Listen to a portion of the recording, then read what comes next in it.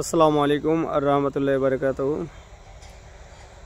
আমার প্রিয় সাথী এবং ভাই, দাদা, বন্ধু, কাকা যিনারা আছেন আমার গ্রুপে, সকলকেই আন্তরিক শুভেচ্ছা এবং অভিনন্দন জানাই। আমাদের এটা হলো পুরানা হাব শিলিগুড়ি। এটা আমাদের এখান থেকে আমরা নতুন হাবে শিফট হলাম। ফুলবাড়ি থেকে চলে গেলাম আমরা গন্ডার মোড় থেকে বাম দিকে গেলে 1 কিলোমিটার যায় একটা বাম্পার পাওয়া যাবে, মানে ব্রেকার। সেটা পার করেই বাম হাতে 2টা রাইস মিলের মিডিলে সেখানে আমরা চলে গেছি। এখান থেকে এই যে গাড়িগুলি দেখছেন, এগুলি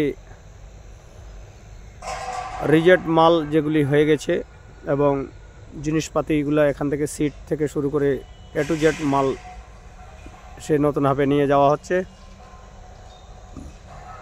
তো শুভ বিকালের শুভেচ্ছা। আশা করি সকলে ভালো আছেন, ভালো থাকবেন। খোদা হাফেজ।